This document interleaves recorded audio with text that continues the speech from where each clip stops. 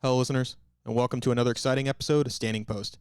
I'm your host, Cody Starkin, and I'm here to take you on my journey to learn more and more about the Secret Service each month. And for this month's episode, we have Special Agent in Charge of former President Jimmy Carter's protection detail on the phone from Plains, Georgia, to discuss what he and his team does for the former president. Please welcome to the show, Special Agent in Charge, Michael Swangler.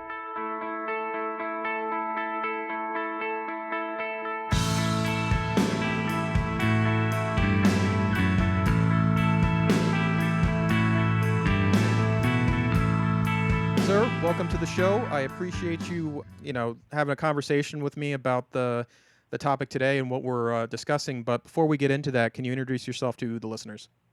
Yeah, thanks, Cody. Yeah, my name is Mike Swangler, and I'm the special agent in charge of the Carter Protection Detail down in Plains, Georgia. And where do you call home? Well, I was born and raised in Trenton, New Jersey, and I still call New Jersey kind of home for me. My wife and I both own a home in Maryland, where I've done a few assignments in D.C., but I currently rent a home in Americus, Georgia. Probably a lot of people have never even heard of that town, but that's where I live for my current assignment here at the Carter Protective Division. And actually, before we start, I found that kind of being something interesting, and I wanted to know: is it something where you find often that Secret Service agents will actually rent a home for just a temporary assignment? You know, that's an interesting question, Cody, and it all depends on the individual and, what their family's needs are. Some folks say, I'm going to take this assignment. I know I'm not going to be there. I'm not going to call that home for very long, so they'll rent. And then, of course, the market drives that as well. So I guess it's kind of the personal need of your family, and if you have a large family, if it's just you and your wife, if it's just you and you have multiple children, I guess that all depends on all of those factors. Okay, and everybody kind of has a starting story before they join the Secret Service. I'm finding out a lot. We get different walks of life, just different people from different places, from large towns, small towns, big cities, and things like that. What did you do before joining the Secret Service? Well, I told you I was born and raised. I went to college everywhere in New Jersey, and then I went in the Marine Corps. I was in the Marine Corps on active duty for about 10 years.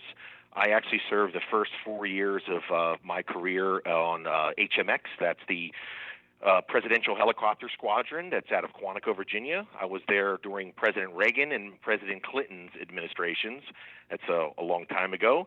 I also served for a year in the Pentagon, as well as 5 years as a criminal investigator in Quantico, Virginia as well. Well, is this how, before you got into the Secret Service, this is kind of how you come to find out about it, about the organization or the agency, is serving in the Marines?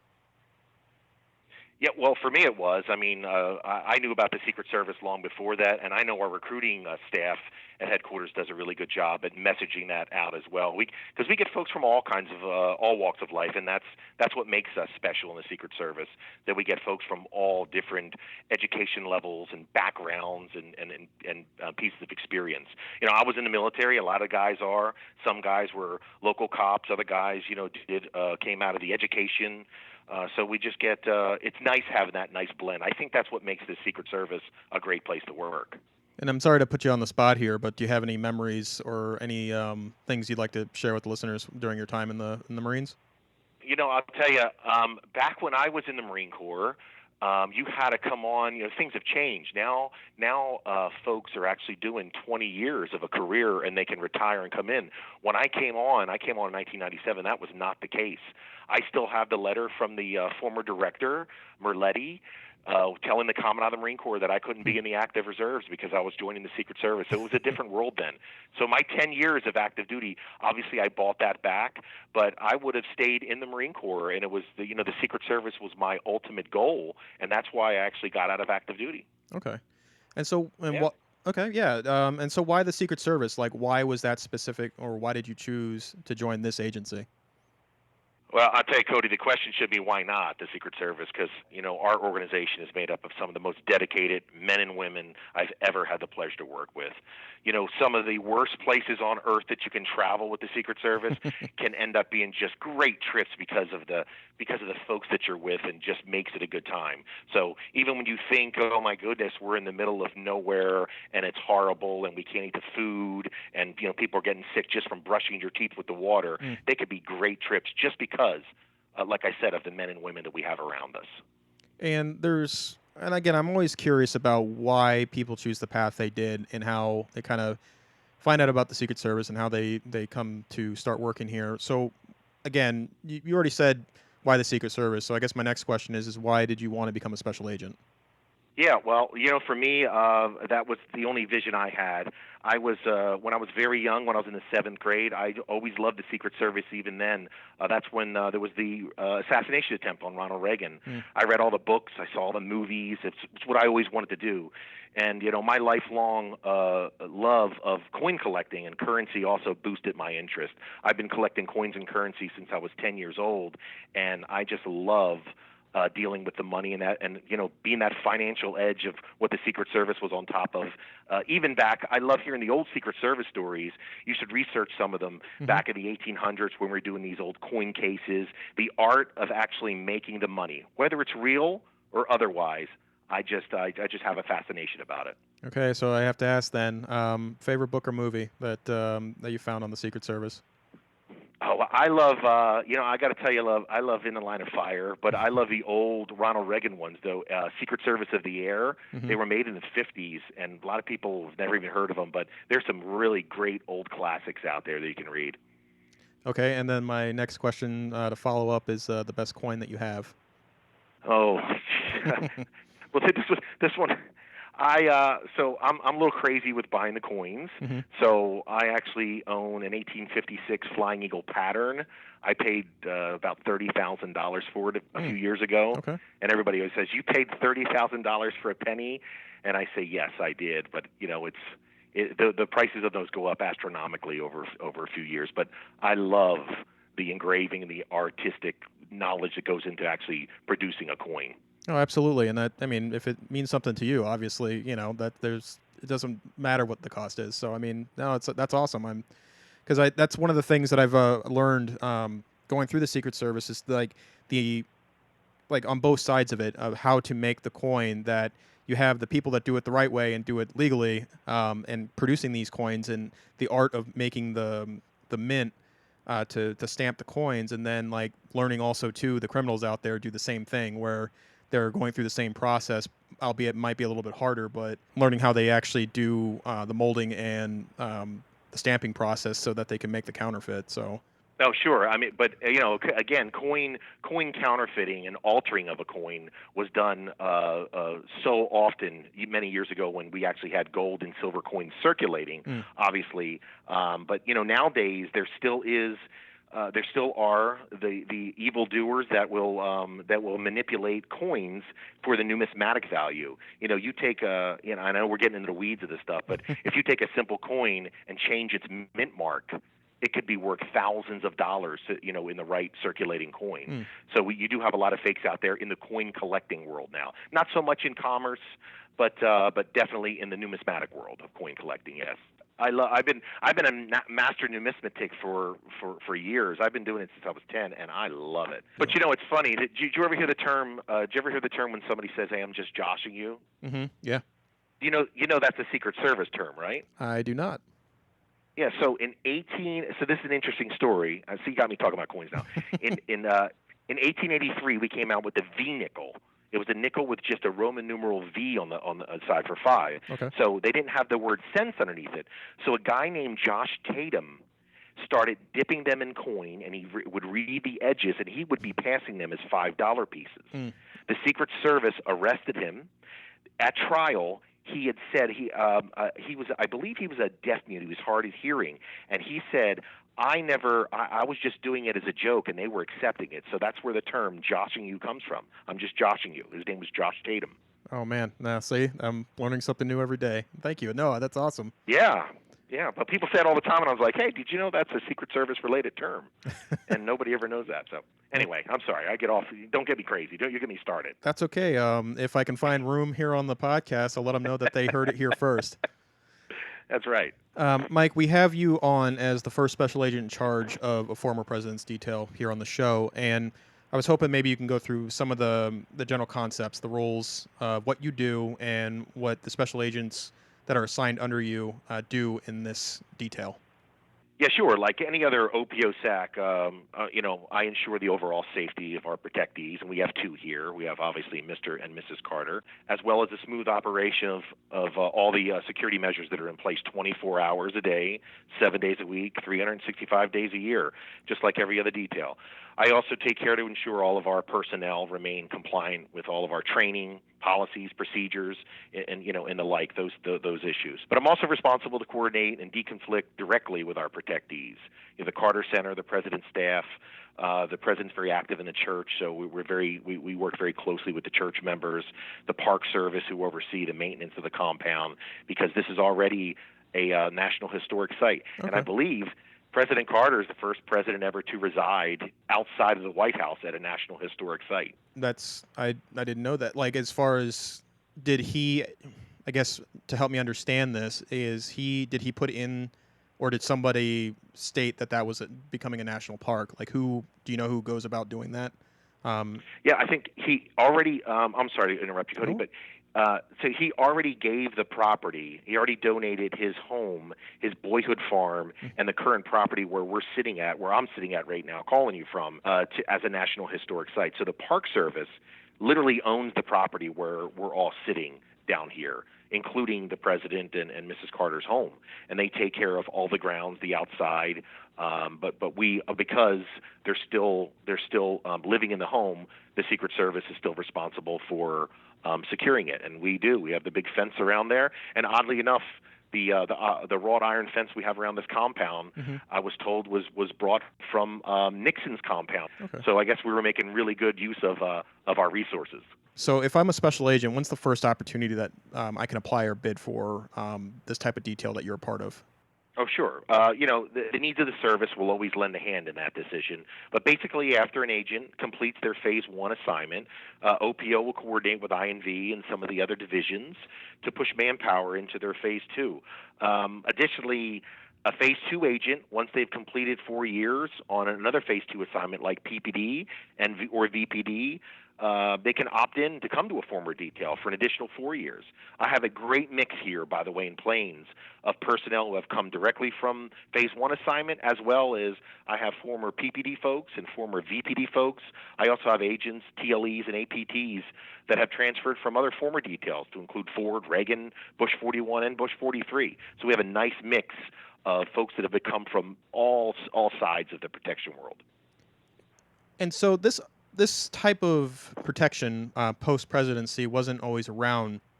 Added on to our basically our responsibilities later after we took on the protection of the president. I believe back when President McKinley was assassinated. Do you mind kind of going through the history a little bit and kind of the legislation that was created to start this type of protection detail? Sure, yeah. Former presidents, it was the Former Presidents Act of 1958 that formally provided the lifetime benefit to presidents. And at that time in 1958, we had Presidents Hoover, Truman, and Eisenhower. So they were the first three to benefit to the lifetime protection. That protection was reduced to 10 years in 1994 with a law that passed during the Clinton administration. However, it was reversed back to lifetime with another law that was enacted in 2013. So we've had no president since 1958 on forward that has never had lifetime protection. And generally, I agree with that process as well. Okay, and do you understand what the reasons were for reducing it down to 10 years and then back? No, that was it. That was the 1994, even before I came on. I know it was done during the Clinton administration. I'm sure it was a cost thing that said, hey, listen, after 10 years, why do they need it? And I think they figured out really quickly that each of those presidents would need lifetime protection for their entire life. They're recognized everywhere they go. And it doesn't matter who they are or what they've done. Somebody will always recognize them. And the United States can't have them being placed in harm's way after that, and the Secret Service is proud to be a part of that mission. Mike, are you able to explain some of the, I guess, compared to Presidential Protection Division that currently protects President Trump and the VP's detail with Vice President Pence, can you go in with some of the differences between what you do and what those details do? Oh, yeah, no problem. It's actually not as many differences as you think. Obviously the current president rather, and the current vice president, they were going to traditionally demand more of our manpower and support, but each division trains and operates in similar ways. That's why somebody can transfer from the vice president's detail to the president's detail to former Obama to former Clinton. It doesn't really matter. Each division has different little differences that comes with the environment or the lifestyles of their protectees. But generally speaking, we all train. We all do things exactly the same way, and there's a reason for that. And I think because it comes second nature. We don't treat any protectee any different. There's little nuances. Obviously, down here, I'm in southern Georgia. We get a lot of tornadoes. I have to, worry about that more so in my plans than maybe Sac Wood does up in Clinton. He probably doesn't have to worry about tornadoes as much as I do. But I'm sure he and the other former Sacs have other priorities that make it higher on their list and things that may not be as important to me. Whether their protectees are more active than mine is or not. But the basic concept of protection never changes. If you had to relocate your base of operations because on a whim or not on a whim, they just kind of say, okay, well, I want to move here because I kind of want to live out the rest of my life at this location. Is that something that has to go into your security and planning and protection? Yeah, Cody, that's an interesting question and one that's been at the heart of a lot of work-life balance issues for our personnel in the Secret Service. But it's a part of our life in the Secret Service. Our headquarter components work tirelessly to make those moves as painless as possible for our employees and their families. Obviously, I don't have to worry about that down here. President Carter was born, he was raised, and continues to enjoy Plains, Georgia, and he has no plans on going anywhere. So what can you talk about that you feel that separates you from the other former presidential details with President Carter? Yes.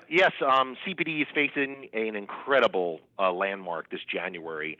The Carter Protection Division is going to mark its 40th anniversary since President Carter has left the White House in January of 1981, when PPD became CPD after he walked out of the Oval Office for the last time.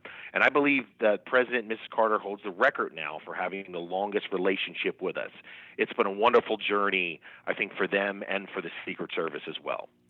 Now, are you guys, is the detail planning anything for that, or are you able to speak on any ceremonies or celebrations you may be having? Oh, we're certainly going to mark the issue. I think they've created a new coin that's going to be coming out. It's going to be available, marking the 40th anniversary. Because I've gone back in my mind as far as I can, and we've never had a former president and first lady so long after they left office as the Carters do, and it's an interesting and it's a wonderful relationship we have with them. And I think we will mark it. We'll have some celebrations. We'll cook out here, and we throw little parties all the time, and we make sure we bring them a little bit of that food when we make it here. They enjoy that from us as well. Do you enjoy Plains, Georgia? Is there something that you could describe about it that kind of would paint a picture for the listeners? Well, I'll tell you, Plains, Georgia is a wonderful, wonderful place. Let me just say that at first. Having said that, I will tell you that I am a fish out of water, being from the city and in New Jersey, and I used to tell folks that I don't know why anybody would want to be from the South, and it's a wonderful place down here. I'll tell you, when I first met President Carter, when I got here, the staff had told him ahead of time a little bit about me and a little bit about my where I'm from, and that I don't like grits and things of that nature. And he quickly joked with me. He said, "I'm going to have you wearing cowboy boots and eating grits in no time." And I said, "Mr. President, we can just agree to disagree on that matter." But it's a great place. It's wonderful. Everyone around here. It's that small town feel. Everybody knows everybody. The church groups, the folks that do all the wonderful social events in and around Plains, Georgia, are always very, very nice to us. And they love the Secret Service. And I was very impressed with that, because when I got here, I didn't know what to expect, Cody. Mm-hmm. But I will tell you, the men and women that came before me over this past 40 years have obviously done a wonderful job in keeping up the great relationship the Secret Service has with us, because I have not talked to one top deacon in the church, detective or any local in Plains, Georgia that has one ill thing to say about the Secret Service. They love the Carters and they love the Secret Service. So if I go to Plains, Georgia, what is the first thing you think I should do? Everybody talks about you know what the best thing here is they have peanut ice cream. Mm. And I resisted that for a while, and I finally tried it because I just thought it would be too heavy of a taste of a peanut, and it is incredibly delicious. Very smooth. There's a very small downtown here in Plains. You drive through. There's no stoplight. If you blink, you kind of miss it. Looks like an old western town.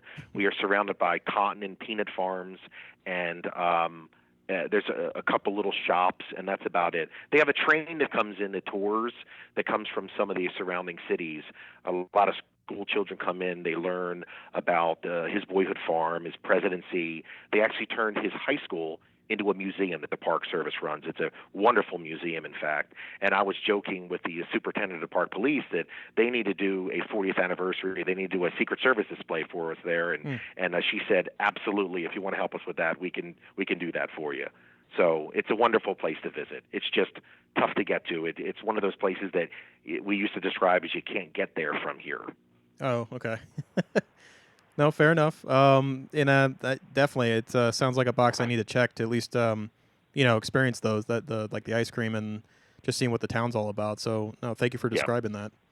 So, I guess my other question too that I have because of you being the first one here on the show and your particular role and responsibility is, well, I guess at the end of the day, the Secret Service has to maintain their professionalism. We have a job to do to protect those we're sworn to protect. And oftentimes, relationships still can form. And I wanted to ask if you were able to share any memories or things that's special about President Carter and with your interactions between you two or with your team, if you're able to share any anecdotes about things that have happened in the past with you interacting with him. Yeah, well, most recently, at the very beginning of the COVID pandemic, when businesses were still open and activities were still going on here, it was one of the last times that we were driving to church, and I turned around and I told the former first couple, I said, sir and ma'am, I said, we're not going to allow anybody to shake your hand today, because when they come to church, there at the end of the church service, the president every week without fail, he will sit there, and Miss Rosalind will sit next to him, and they will take pictures with all the guests that have come to church. And crowds come to the Plains Church here to hear the mass and take pictures with the president. And I said, this COVID thing is going on, and we don't want you shaking hands with anybody today. And he immediately fired back at me and said, Mike, well, that's why they come to church. They come to meet me. And obviously he was joking, of course, and he did comply, though. But both the president and Mrs. Carter, they understand the dangers of this COVID. They know that they're in they're the high risk personnel that are dealing with the COVID, and they've been very good about they want to stay on the compound, and they're not going anywhere. And it's been good for us as well to keep all of our men and women safe as well. I also know that former President Carter was a bit of a humanitarian, and I believe he worked on worked with certain organizations like Habitat for Humanity. Have you or any of the teams participated in any of into any of his humanitarian projects? Oh, well, sure. Over the many years that he's been part of that, I think he became part of Habitat just before he left the presidency. So I think it was 76 or 77. Our personnel here have witnessed countless humanitarian projects that he's been involved in, especially with the Habitat projects, obviously, in building the homes. Some of our folks have even participated in their off time, which is perfectly fine to do. The environment that President Carter creates here, it's very contagious. He's one of those very genuine people that just cares. He wants to get out and meet the folks. He wants to participate in building these homes. He makes sure people are doing the job right. He can be very tough if you're not doing it the right way. But absolutely, it's a wonderful environment to be around him when he's in that mode. And do you have any personal or memorable stories that you have with working with him? Well, the Secret Service, in OPO especially, we try to keep the secret in Secret Service. We want to keep our protectees' personal lives private. But I can tell you that we, the Secret Service, continue to enjoy the full trust and confidence of the former president and Mrs. Rosalynn. Mrs. Carter just told me, they come out for a walk a few times a day, and we walk with them. She just told me a few weeks ago that she and the president include the Secret Service each night in their prayers, and I thought that was very nice. I would tell you that, and I'm sure this is the same for the Clintons and Obamas and Bushes, and they deep down inside they get busy. There's 10,000 people trying to get something from them.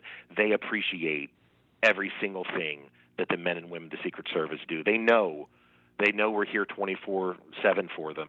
Mike, to kind of pull back the curtain a little bit for the listeners, can you kind of discuss what the day in life is for someone that has to, well, one, be in charge of protecting a former president, but also maybe describe some of the things that person's team has to go through?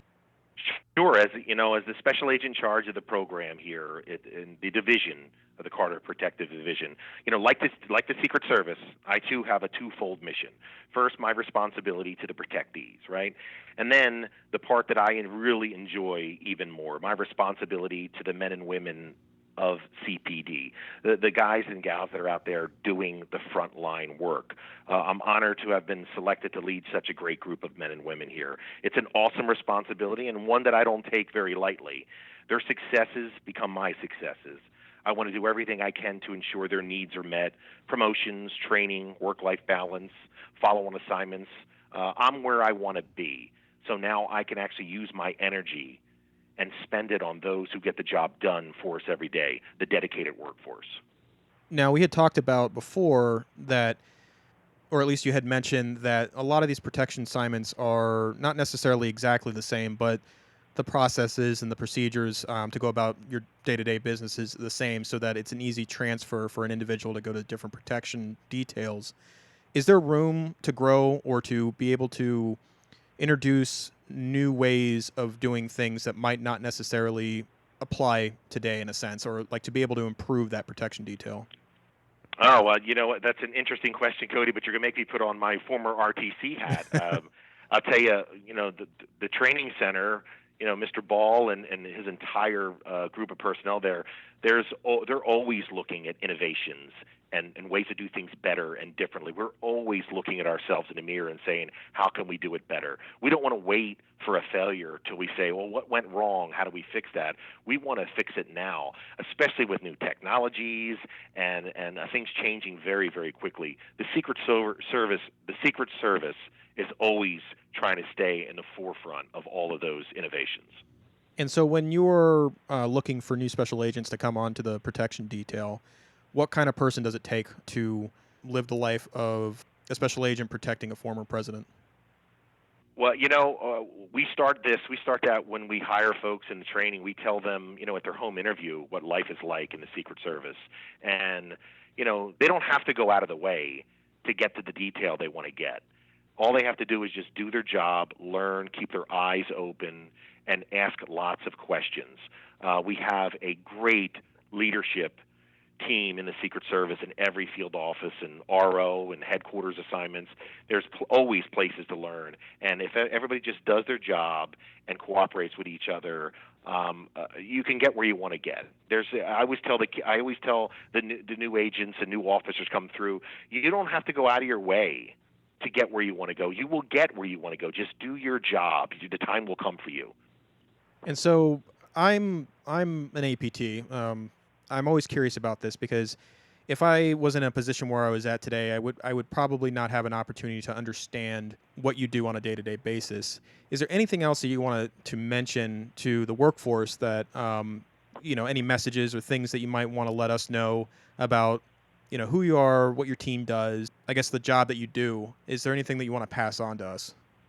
Well, only that I feel truly blessed to have worked and continue to work besides so many of the men and women in the Secret Service over my years here. That goes for agents, uniform division officers, technical law enforcement, and our APT personnel.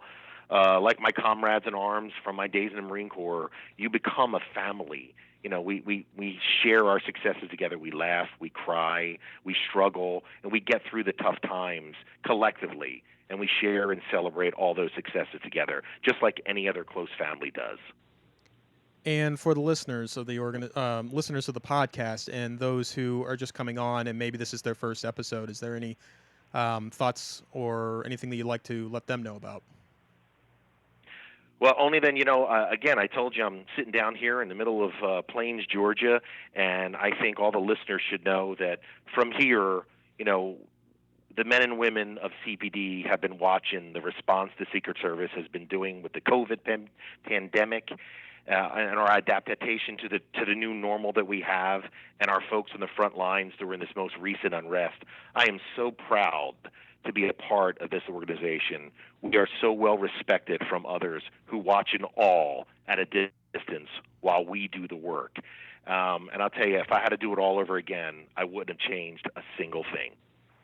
Special Agent in Charge, Michael Swangler, thank you very much for being on the show and talking to our listeners about what you do and what you do for the organization. I greatly appreciate it. Well, Cody, I appreciate you having me, and believe me, there's an open invitation for you to come down anytime to Plains once the country opens back up fully and try some of that peanut ice cream.